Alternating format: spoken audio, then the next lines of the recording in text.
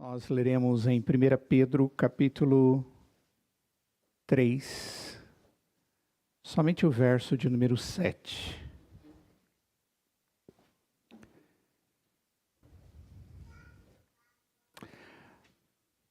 Nosso último momento juntos aqui, estudando 1 Pedro, na última mensagem, nós vimos o papel salvador da mulher fiel, sendo trazida por Pedro como o grande propósito de Deus para uma mulher dentro da sua casa. Logo depois, Pedro traz aqui uma palavra direcionada aos maridos. E no verso 7 diz assim: Maridos, vós igualmente vivei a vida comum do lar, com discernimento e tendo consideração para com a vossa mulher, como parte mais frágil. Tratai-a com dignidade, porque sois juntamente herdeiros da mesma graça de vida, para que não se interrompam as vossas orações. Oremos. Ó Senhor, quão maravilhoso é o Senhor. Nós nos alegramos, Pai, por termos esse tempo, para nos reunirmos como Tua igreja, para termos comunhão contigo, para podermos, como Teu povo, adorarmos o Teu nome através das músicas de adoração, de proclamação da verdade que temos conhecido, que tem transformado nosso coração.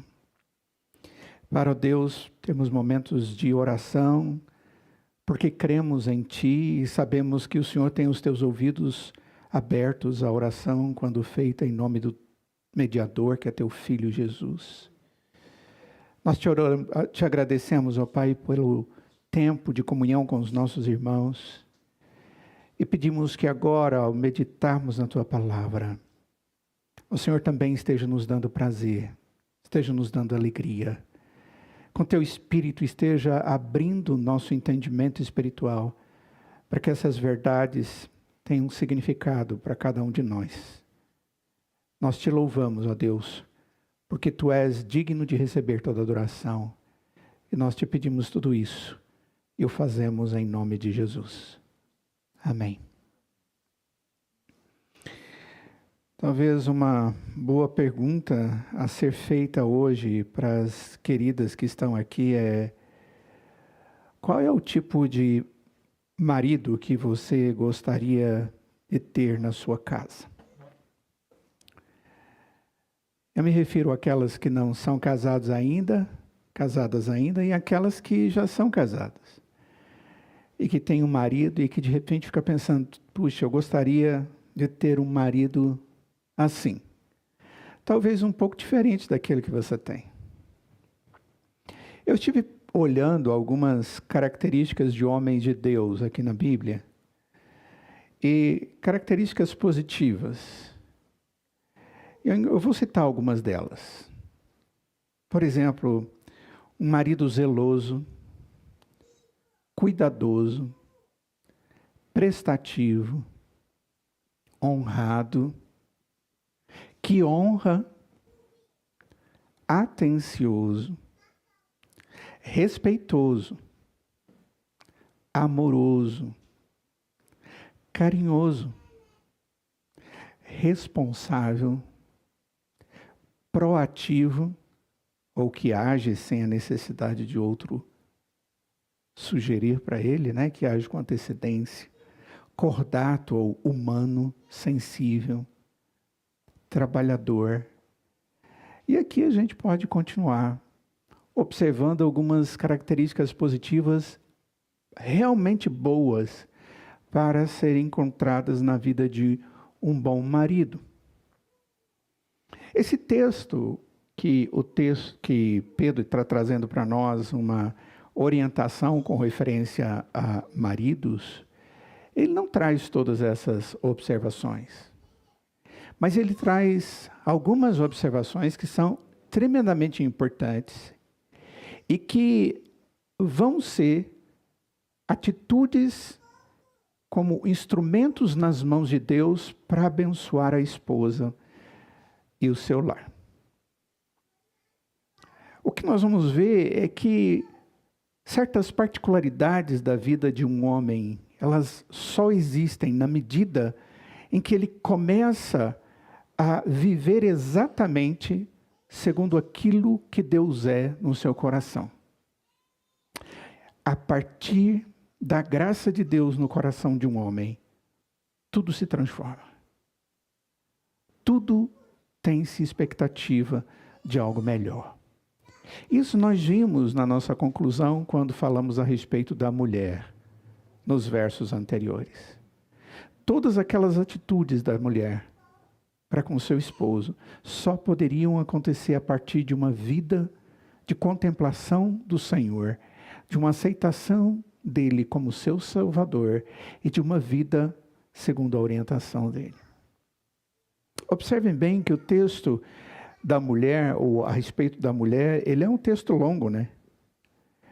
Ele fala de uma maneira bastante organizada, trazendo vários argumentos, orientação mais meticulosa a respeito da função delas, e é muito clara lá, sede submissas aos seus próprios maridos, e nós vimos qual o significado dessa expressão. E vimos que, biblicamente interpretando isso, as coisas realmente são realmente abençoadoras. E que o grande problema é que o conceito de submissão tem sido tão deteriorado que dá uma ideia ou de escravidão, ou dá uma ideia de alguém que não é submissa e que se diz submissa. Mas a visão é bíblica, é como ao Senhor, diz o apóstolo Paulo em Efésios. Hoje o texto vem para os maridos, e isso é bem mais breve, como nós vimos aí um verso só. Esse texto, ele não está sendo direcionado aos homens de uma maneira geral, mas se você for observar bem, esse texto está se referindo a homens cristãos. Como também nós vimos que aquele texto anterior falava de mulheres cristãs, porque elas deveriam ser submissas aos seus maridos como ao Senhor da vida delas, se referindo a Cristo Jesus. Quanto aos maridos, é muito claro que são maridos cristãos, porque o texto faz referência às orações, que eles devem ter um comportamento tal para que não cessem as orações dele com a sua esposa.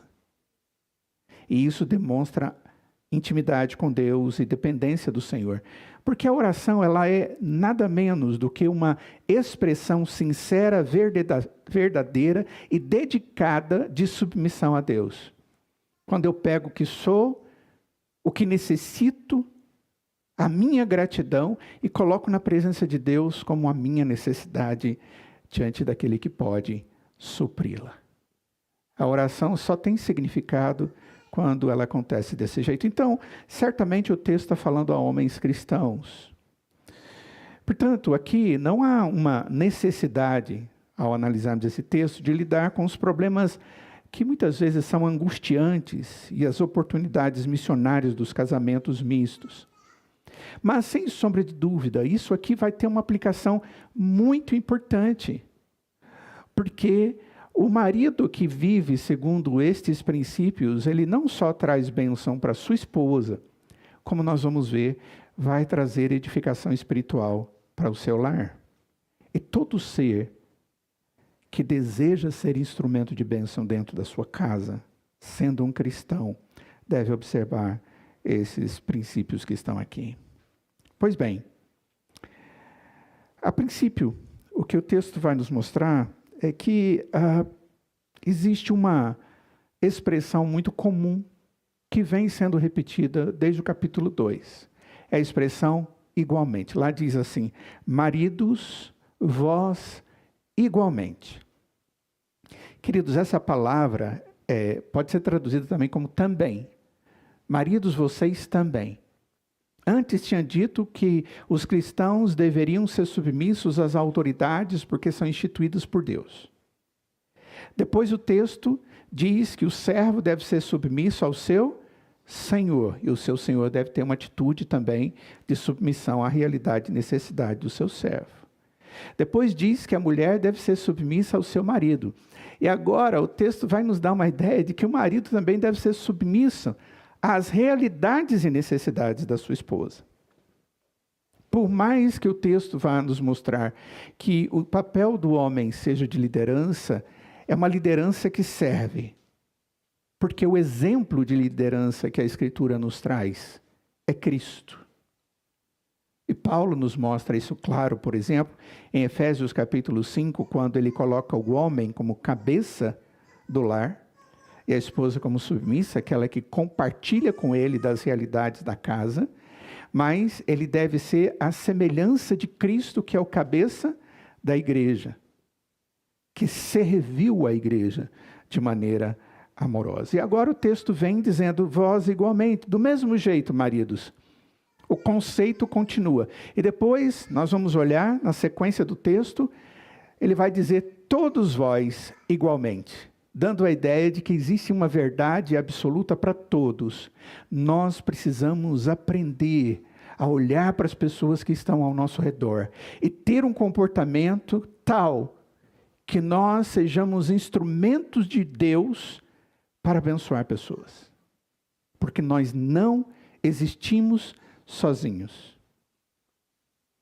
E toda a nossa vida relacional, interpessoal, os nossos relacionamentos, eles precisam ser a partir da valorização daquele que está ao meu lado.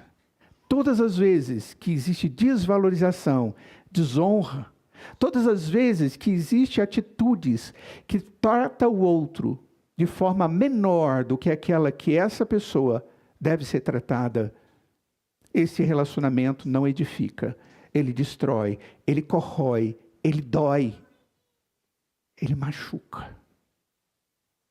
E essa é uma realidade. Então, o que a gente pode perceber é que Pedro está muito preocupado com uma vida dos cristãos, dentro do contexto em que eles vivem, que é muito comum ao nosso contexto, sendo instrumentos de Deus para abençoar outras pessoas. Apesar da adversidade, Pedro dizia, sejam obedientes às autoridades. E as autoridades perseguiam a igreja. Apesar das adversidades, você deve ser submisso ao seu patrão, se lembrando que você é servo dele, você está numa relação com ele, mesmo que ele não seja bom. E ele explica por que e como isso deve acontecer. E o texto diz, mulheres, sejam submissas aos seus maridos, mesmo que eles não sejam cristãos. Tenham um comportamento moldado por Deus para que Deus use isso e converta o coração do seu marido. Porque essa obra é de Deus na vida da outra pessoa. E agora, novamente, o texto dá uma ideia de adversidade de novo. E o que seria essa adversidade? A adversidade aqui é uma atitude do marido que provavelmente não está sendo tratado de uma forma tão agradável assim pela esposa. Aquele marido que não está sendo bem tratado pela esposa. Isso pode acontecer de diversas formas, de diversas maneiras. Isso pode acontecer no linguajar, isso pode acontecer na conversa ou na ausência de conversa, pode acontecer nos gestos, nas atitudes ou na ausência de atitudes. Pode acontecer numa atitude que demonstre uma ausência de fé, apesar de se dizer que tem fé. Não importa qual seja a adversidade que o marido possa enfrentar com sua esposa, porque existem circunstâncias que geram oportunidades para que nós possamos ser atingidos por aquelas pessoas que estão ao nosso redor. Inclusive aquela pessoa que me ama, que casou comigo, que deseja o meu bem, mas que por algum motivo, um somatório de circunstâncias, vive crise comigo. E naquele momento eu posso perder, vou usar uma expressão mineira, as estribeiras. Eu posso, de repente, ficar tão tenso e tão nervoso que eu tenho uma atitude de raiva ou de ira. Mas o texto está dizendo, marido, isso não vai abençoar a sua família. Como então, marido? O texto diz que o marido deve se submeter à esposa, respeitando-a e dando-lhe honra pela maneira como a trata e como fala com ela. O que o texto vai me mostrar, marido, e você como eu, que sou marido ou que deseja ser marido e é homem, você tem que entender que o texto está dizendo para nós que nós temos que ter um conjunto de atitudes. Qual é a primeira? Diz o texto: vivei a vida comum no lar com discernimento. Esse é o princípio. Qual é o princípio? O princípio é a submissão, como nós vimos lá na mulher. Mas o princípio da submissão para o marido é viver com a esposa, expressar atitudes como cabeça amoroso dentro do seu lar, sobre qualquer circunstância. O que seria essa vida comum no lar? Essa expressão, ela está aqui numa forma tão interessante que ela, no verbo, a forma que o verbo está, ela dá uma ideia de imperativo. O texto não está dizendo, olha, se você tiver oportunidade, viva a vida da sua família ou dentro da sua casa. Não esteja saindo dentro do seu contexto familiar. Esteja se envolvendo com a sua família, se preocupando, convivendo com as realidades da sua casa. Não, o texto não está dizendo isso. O texto tem um imperativo. O imperativo aqui é vivei. É assim que está aí na sua tradução, porque é exatamente assim que está no original. É assim que tem que ser. E você tem que fazer isso sendo atencioso ao viver com a sua esposa, ao conviver com ela. Existem algumas traduções, eu fui atrás de algumas outras Bíblias com as traduções que foram feitas. E muitas delas são bem interessantes. E elas não colidem com essa. Por exemplo, a King James diz assim: habitai com elas de acordo com o conhecimento. A outra versão diz: vivei com vossas esposas de modo compreensivo. A NVI, que é uma que muita gente usa, diz: sejam sábios no convívio com suas mulheres. E a última delas, a Almeida Fiel, diz: coabitai com elas com entendimento. Observem que tudo tem a ver com viver com, não sair do relacionamento, conviver com essa pessoa, mas tem que ser com discernimento, tem que ser com entendimento, tem que ser com compreensão. Isso aponta para não só um exercício para compreender alguém ou as circunstâncias, mas uma ação que tem a ver com essa compreensão. Pelo fato de Pedro estar aqui se dirigindo aos crentes, ele deseja que os maridos estejam amando as suas esposas, de maneira cristã. Ou seja, os maridos, eles devem viver com suas esposas de acordo com o conhecimento cristão de como conviver com a esposa. Se você for abrir a Bíblia à busca de orientações de como o marido deve conviver com a sua esposa, o texto bíblico, por exemplo, de Paulo, tanto em Efésios, capítulo 5, como em Colossenses, capítulo 3, que fala especificamente para maridos, Efésios 5, 25 diz: maridos, amai vossa mulher. Amai vossa mulher. E o texto traz o exemplo: como Cristo amou a sua igreja e se entregou por ela. E a ideia de entregar aqui é, se colocou para morrer no lugar dela. E ele fez isso, como nós cantamos aqui agora mesmo. Em Colossenses capítulo 3 diz: maridos, amai vossa esposa e não a trateis com amargura. A semana passada, quando falei a respeito das esposas, alguns maridos disseram: nossa, foi ótima a mensagem, pastor. E é provável que alguns deles estão dizendo: hoje o negócio está pegando. E a sua esposa está do lado dizendo: ei, pastor, depois eu vou dizer para o senhor que foi ótimo. Não importa o que você acha, é o que a Escritura está dizendo, é o que Deus deseja. E mais do que isso, é o que dá certo. Porque o que Deus propõe, como Deus, de toda sabedoria e que nos traz na sua palavra, que é a verdade, que tem a sabedoria, é: maridos, o princípio é: amem as suas esposas. Amai a vossa esposa. Em seu casamento, o marido deve demonstrar o amor de Jesus. Não é um amor qualquer. Ele tem que demonstrar o amor de Jesus, aquele que está revelado nas Escrituras, está registrado nas Escrituras, e assim ele vai ter consideração e vai ser compreensivo com a sua igreja. O que seria essa ideia de compreensivo? Essa palavra aqui, ela tem um significado bem interessante, porque ela dá uma ideia de um conhecimento que significa, no final, inteligência. É mais do que saber a respeito de algo, é usar aquilo de maneira correta, com inteligência. Quando o texto diz, maridos, vocês devem estar no convívio da sua esposa, dentro do seu lar, tratando-a com discernimento, com inteligência, com sabedoria, percebendo quem ela é, o que ela precisa e quais foram as responsabilidades que você assumiu ao casar com ela.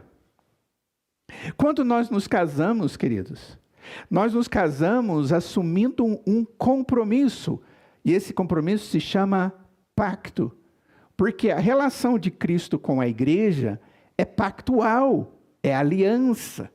Eu me comprometo a fazer você encontrar em mim alegria pela forma com que eu cuido de você. E uma esposa, quando ela se casa, tudo que ela quer é ser cuidada pelo seu marido. Ela quer ser amada, acariciada, fortalecida, suprida, protegida. É exatamente isso. A figura masculina para a esposa, ela tem estas características. E a figura feminina para o marido tem aquela característica daquela que se agrada com ele. É aquela que dá valor ao esposo na medida em que ele a valoriza. Observa que existe uma contrapartida nisso. Existe uma relação de responsabilidade, de compromissos, que vai trazer equilíbrio. E vai trazer alegria. Muita alegria. Pedro, o que ele está dizendo é: sejam atenciosos às realidades do viver das suas esposas. Queridos, nós estamos vivendo num tempo de um individualismo tão amedrontador, terrível, onde cada um vive a sua própria vida. Isso está acontecendo dentro dos lares, dos relacionamentos até mesmo entre marido e mulher, conjugais. Eles não sabem e não estão interessados em dizer um com o outro sobre as suas alegrias, os seus desafios, as suas dificuldades, as suas vitórias, as suas facilidades. E isso tem tornado os relacionamentos de trocas, de coisas fúteis. E que não poucas vezes tem sido baseado única e exclusivamente em sexualidade. E quando nós nos casamos, nós firmamos um pacto, onde a relação ela é integral. Envolve a vida do outro, o corpo do outro, a saúde do outro, a alegria do outro, as emoções do outro, a espiritualidade, a religiosidade do outro. Existe não só um entendimento disso, mas um envolvimento com todas essas coisas. Maridos, não simplesmente esteja ali dentro do lar, mas coabite, habite com. E nesse convívio você tem que agir para com a sua esposa com entendimento, com inteligência, percebendo as realidades e as necessidades. Pelo fato de Pedro estar dizendo isso, nos leva a concluir de uma forma muito objetiva como nós estamos fazendo agora. Os maridos devem amar e respeitar as suas mulheres de acordo com a palavra de Deus, como Cristo amou a igreja. E isso é maravilhoso demais para todos nós, queridos. Bom, o que mais que nós podemos ver aqui? Observem comigo, por favor, que o texto tem mais algumas observações ou algumas orientações aí. O texto diz: vivei a vida comum do lar com discernimento e tendo consideração para com a vossa mulher como parte mais frágil. O que seria mulher como parte mais frágil? Está querendo dizer que mulher é fracote, que ela não aguenta nada, ou coisas dessa natureza? Que ela tem um valor menor do que o valor dos homens? E é claro que isso não é verdade. E não é isso que as Sagradas Escrituras estão dizendo aqui. Observem bem que o princípio é de submissão à mulher, na medida em que a serve na sua necessidade, mas sem deixar de ser aquele que ele é. Ele é o líder, ele é o cabeça. Mas o que seriam essas coisas de são mais frágeis? Tendo consideração para a vossa mulher como mais frágil. A ideia de consideração aí é de respeito. O fato dela ser mais frágil não pode e não dá autoridade ao marido para abusar das suas fragilidades. Porque as suas fragilidades aqui não são tratadas como defeitos, mas como qualidades. Entendam isso. Tratem as suas esposas com respeito, como mais frágeis. A expressão aqui, tratar como vaso, a parte mais frágil, essa palavra parte é vaso frágil, dando a ideia daquele vaso que é moldado pelo oleiro e que não pode cair, porque senão quebra. É sensível, é cheio de contorno, pode ser machucado, pode ser maltratado. Ah, como é belo contemplar a sensibilidade de uma mulher sábia, de uma mulher adequada. A mulher tem sensibilidades que nós homens não temos nem capacidade de perceber ou entender. Não é só aquela capacidade de ver que as coisas estão acontecendo enquanto o bobão do homem não entende nada. Porque elas fazem isso. Mas é aquela sensibilidade de ver coisas profundas. Mas elas também têm certas habilidades que têm a ver com essa sensibilidade, com essas coisas sutis delas. Está sendo chamado aqui como frágil. Na questão física. Elas não têm a mesma força física que nós temos, os homens. E emocionalmente elas ficam mais sujeitas ainda a certas situações. E elas sofrem muito com isso. Sem falar das variações hormonais e físicas que uma mulher muitas vezes está sujeita. Outra maneira, irmãos, de honrar a esposa é cuidar do seu próprio nome. O que quer dizer isso? Você, quando se casa com a sua esposa, você dá para ela o seu nome. Pelo menos esse era o comum. Quem é a Kátia? É a Kátia Rodrigues, esposa do Milton Rodrigues. E se eu honro o meu nome, ela não vai sentir vergonha de mim. E nem meus filhos sentirão vergonha de mim. Mas se eu desonrá-la com atos inadequados, ela vai sofrer. E os meus filhos também. Todos vão sofrer. Então observa que considerar e respeitar os mais frágeis é aqueles que estão debaixo de você. E que podem ser atingidos por você. E não é incomum vermos isso acontecendo, principalmente com filhos, como isso é triste. Filhos que têm vergonha dos seus pais pelas atitudes inadequadas nele. Mas o que seria esse adjetivo aqui que fica associado com algo que o aumenta, mais frágil? Sem sombra de dúvida, os homens são fisicamente mais frágeis, mais fortes. Assim como o mais forte dos dois parceiros no casamento, o marido deve carregar o fardo ou os fardos mais pesados. Ele tem a responsabilidade de proteger a esposa. A igreja não protege Jesus, o esposo, mas o Todo-Poderoso, aquele que está acima, no sentido de responsabilidade, ele tem capacidade de proteger a igreja. Ele tem capacidade de suprir as necessidades. E maridos, nós precisamos compreender isso. Apesar de um marido ter autoridade, ou mais autoridade, ou esta responsabilidade, ele deve ainda entender que isso tem que ser feito, tem que ser exercitado com honra, com amor, com carinho. Ele tem que sustentar e amar a sua esposa. Eu creio que, irmãos, que a mulher submissa, que compreende o seu papel de submissão, como a gente estudou semana passada,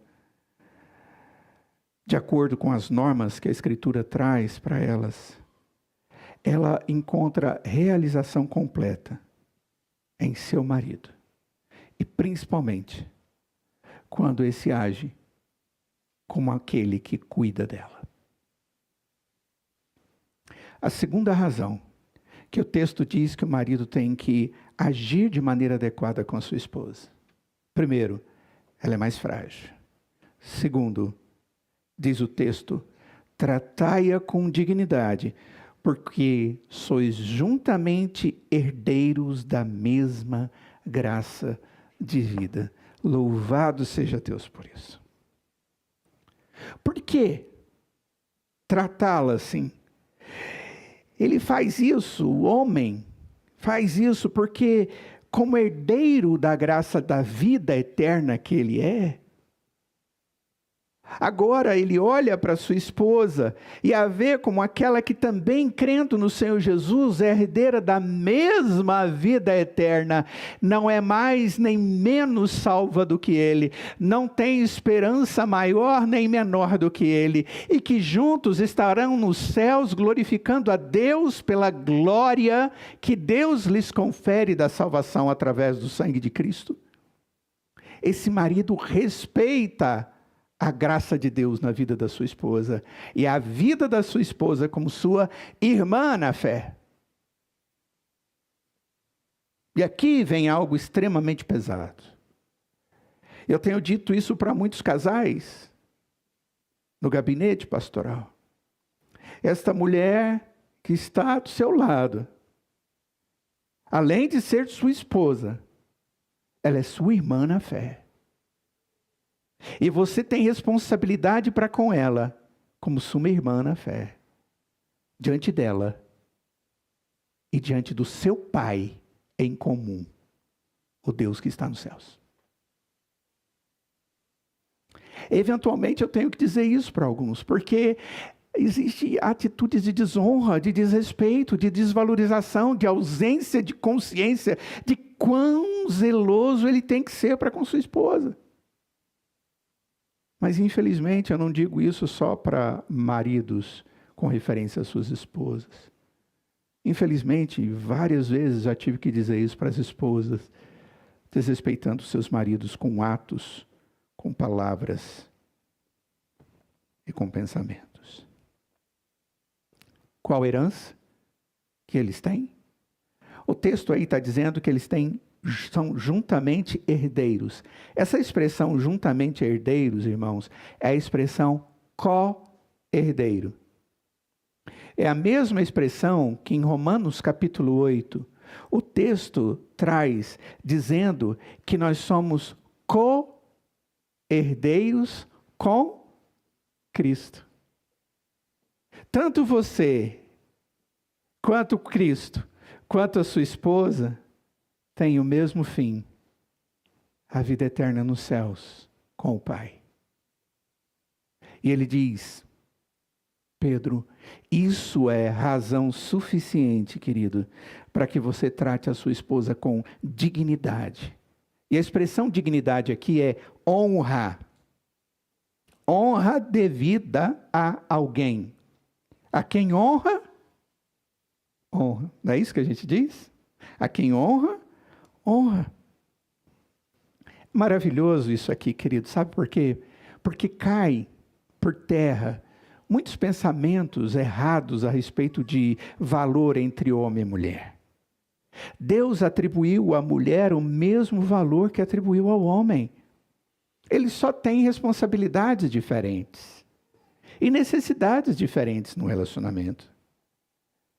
Quando Deus dá à mulher a mesma herança, a mesma bênção da salvação em Cristo Jesus, e a trata do mesmo jeito, dessa forma aconteceu algo inédito em toda a antiguidade, porque até esse momento onde Pedro está dizendo isso, havia naquela cultura antiga a ideia de que a mulher estava abaixo do homem, abaixo do seu marido. E agora chega Pedro e diz, olha, espera aí, não, está errado.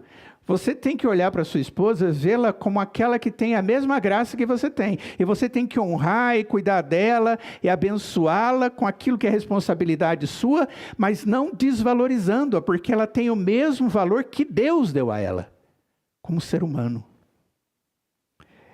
Deus coloca o homem e a mulher lado a lado. E é interessante que o instrumento de medição para colocar o homem e a mulher lado a lado é a vida eterna em Cristo Jesus. Essa é a melhor medida.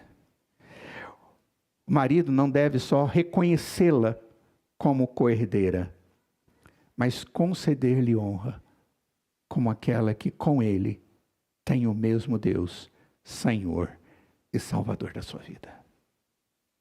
Essa exortação ao marido, ela constitui um complemento necessário à exortação que foi dada à mulher, sem sombra de dúvida.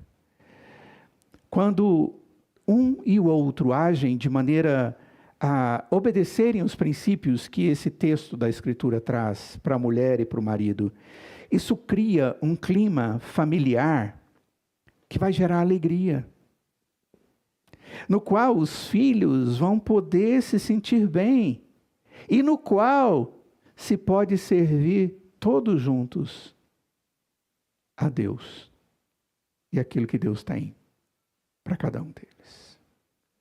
Afinal de contas, qual o propósito disso tudo? O texto diz, para que não se interrompam as vossas orações.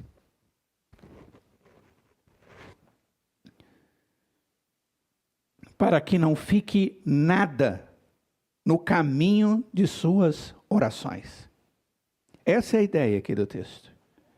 Se esses princípios de submissão, tanto para a esposa quanto para o marido, não forem cumpridos, não haverá continuidade da espiritualidade familiar. A saúde espiritual da família acaba, quebra, perde o significado. Se o marido não ama, se o marido não honra, se o marido não respeita a sua esposa, esse comportamento vai impedir as orações. Que esposa vai querer se assentar e orar com um marido que não ama, que não honra, que não respeita, que não considera? É isso que Pedro está dizendo. Do mesmo modo, se a esposa não se submete ao marido, essa postura também vai impedir as orações. O que significa isso? Significa que Deus não quer também ouvir as nossas orações, se nós não aproximarmos dele como pessoas humildes, que consideram a necessidade do outro como importante e que nós agimos favoravelmente a essas necessidades e a essas pessoas com submissão para servi-las e abençoá-las. Quando um marido não vive com sua mulher de acordo com as Escrituras e não a respeita, ele descobre que não é capaz. Ele descobre que não é capaz de orar com ela. Porque a barreira ficou muito grande.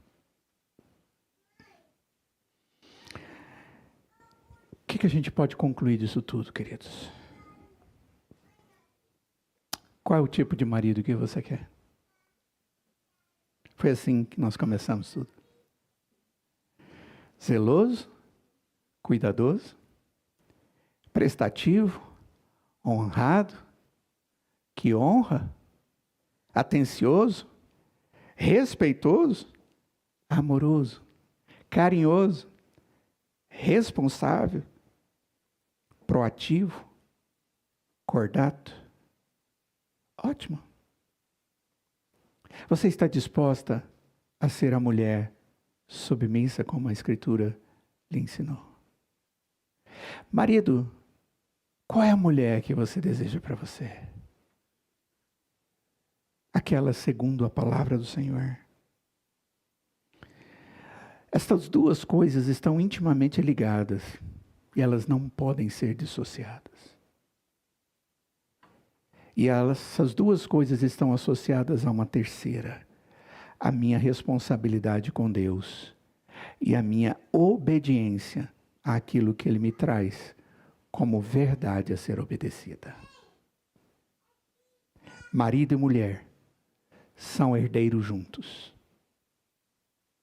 para que possam viver com seus filhos essa herança dentro do lar. Queridos, esse desafio, ele é grandioso, mas é o único que nós podemos aceitar e viver para sermos felizes. Isso porque eu estou dizendo? Não, porque Deus nos revelou na sua palavra, através do apóstolo Pedro, de que é assim que Deus promove uma convivência familiar abençoada. Uma mulher pode ser instrumento para a conversão do seu marido e bênção sobre o seu lar. E o marido pode ser instrumento de bênção e de alegria para sua esposa e para o seu lar. Bastam agir de conformidade com os ensinamentos que a Escritura tem dito. Caso contrário, as consequências elas vêm. As consequências elas vêm como ato de juízo de Deus.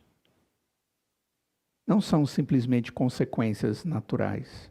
São, antes de tudo, atos de juízo de Deus. Porque a desobediência do servo do Senhor gera atitude de juízo por parte de Deus. E a Escritura diz que o filho que desobedece, ele disciplina. Eu creio que muitas famílias hoje têm vivido crises profundas, porque eles têm quebrado esses princípios simples, básicos e abençoadores dentro do lar. Me referindo ao marido e à mulher, ao esposo e à esposa. Quem sabe seja o momento oportuno para se aproximarem um diante do outro, de olharem nos olhos um do outro, ajudando um ao outro a perceber onde está acertando e onde está errando, e ajoelharem na presença de Deus e pedir perdão e misericórdia pelos erros cometidos, e pedir a abundância da graça de Deus para que uma novidade de vida possa existir dentro desse relacionamento conjugal. Nosso Deus é perdoador e a sua graça restauradora é eficaz. Nós pregamos a respeito desse Deus porque cremos nele. Vamos ficar de pé.